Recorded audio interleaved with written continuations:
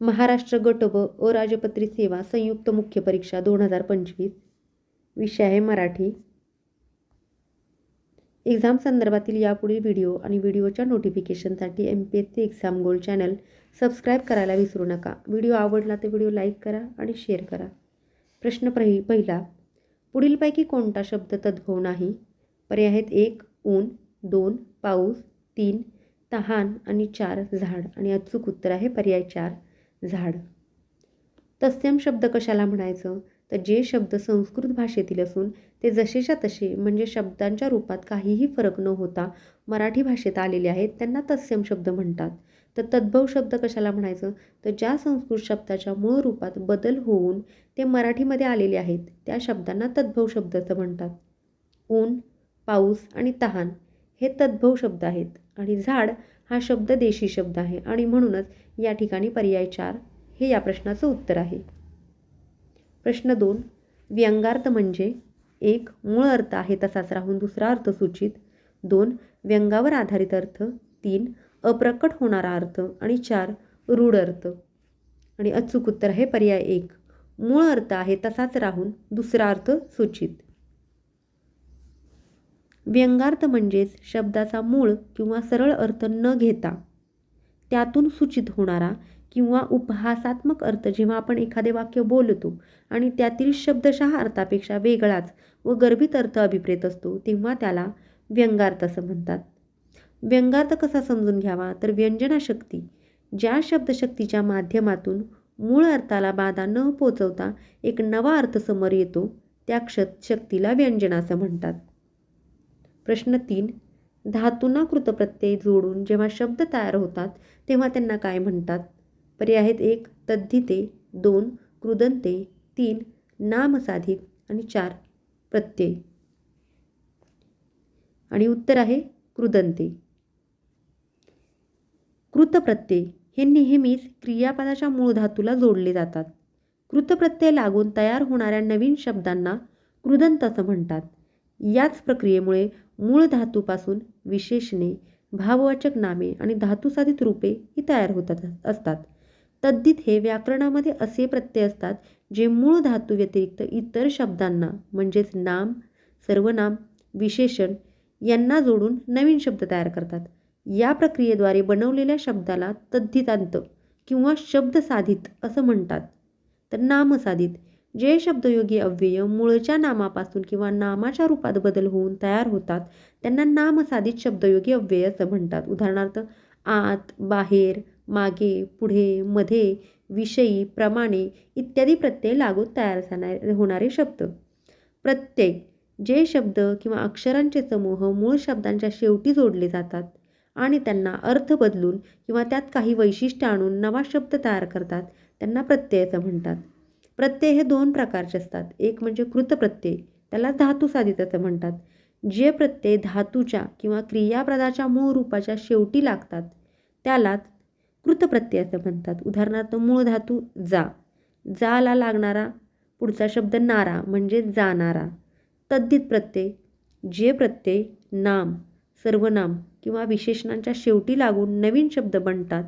उदाहरणार्थ मूळ शब्द जर शहाणा आहे तर शहाणाला शहाणपण म्हणजेच पण प्रत्यय लागून तयार होणारा शब्द याला तद्धित प्रत्यय असं म्हणतात. प्रश्न 4, शाळातून सहजीवन दिले पाहिजे हा मुद्दा आता वादाचा नाही. या वाक्यातील उद्देश कोणते? पर्याय आहेत A शाळातून, B सहशिक्षण, C मुद्दा, D वादाचा. आणि पर्यायी उत्तरे आहेत 1 A फक्त बरोबर आहे, बाकी सर्व चूक आहेत. 2 B आणि C बरोबर आहेत, A व D चूक आहेत. 3 C फक्त बरोबर आहे, बाकी सर्व चूक आहे. 4 A C बरोबर आहेत आणि B D व D चूक आहे.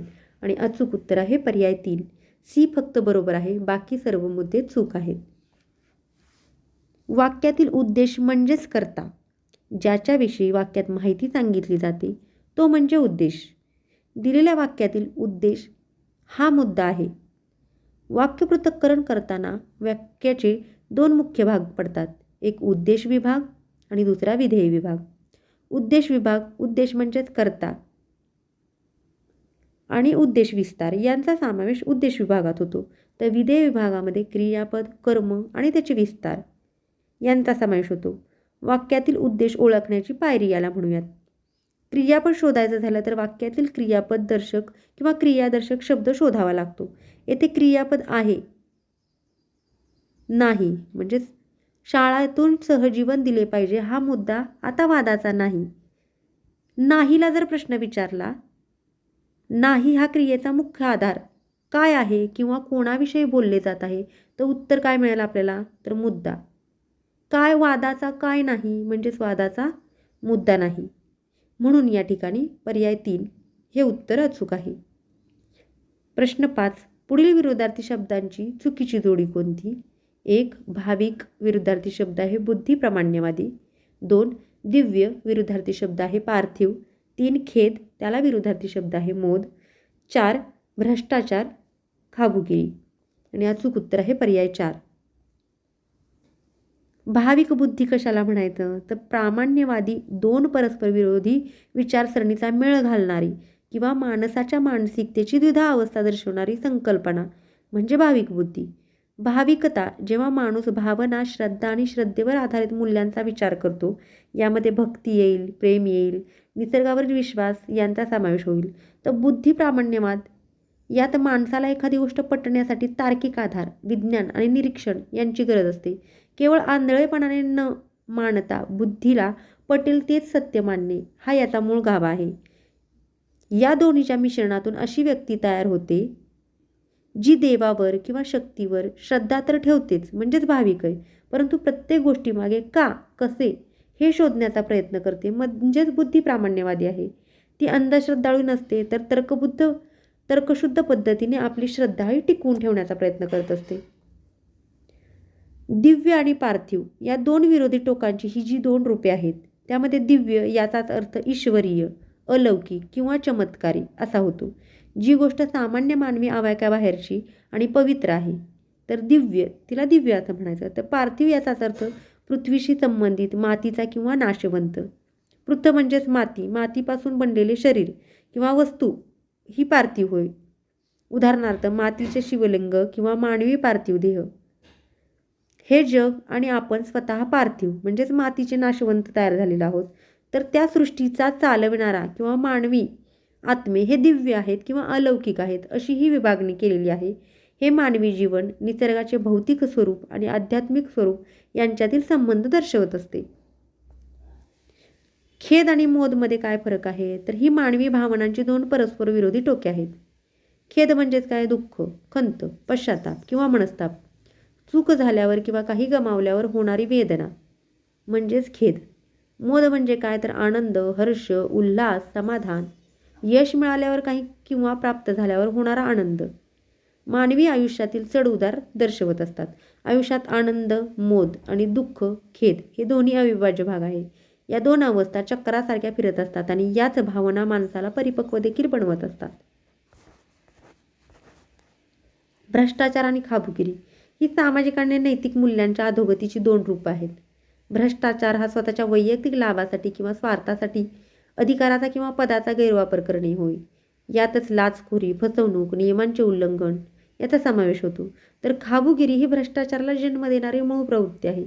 खाबुगिरी म्हणजे प्रत्येक गोष्टीतून स्वतःचाच फायदा बघणं, जसं की खादाड वृत्ती. समाज आणि अर्थव्यवस्थेला पोखरणारी अनैतिकता आहे. जेव्हा खाबुगिरी किंवा लालसा वाढीस लागते तेव्हा माणूस भ्रष्टाचाराचा मार्ग निवडत असतो. आणि म्हणून या ठिकाणी पर्याय 4 ही चुकीची जोडी आहे, कारण भ्रष्टाचार आणि खाबुगिरी हे जवळजवळ एकमेकांना समानच अर्थ असणारे शब्द आहेत. मागील वर्षातील प्रश्नपत्रिका संच PDF बुक स्वरूपात उपलब्ध आहे. Daily current affair, test series, old question paper सेटसाठी खालील वेबसाईटला भेट द्या. व्हिडिओ आवडला असेल तर व्हिडिओ लाईक करा, शेअर करा, चॅनल सबस्क्राईब करा. तसेच पुढील व्हिडिओच्या नोटिफिकेशनसाठी तुम्ही फेसबुक पेज, इंस्टाग्राम, टेलिग्राम या सोशल मीडियावरही MPSC एक्झाम गोलसोबत कनेक्ट राहू शकता. सोशल मीडियाच्या सर्व लिंक्स या व्हिडिओच्या डिस्क्रिप्शन बॉक्समध्ये दिलेल्या आहेत. So please check your description box. Thank you.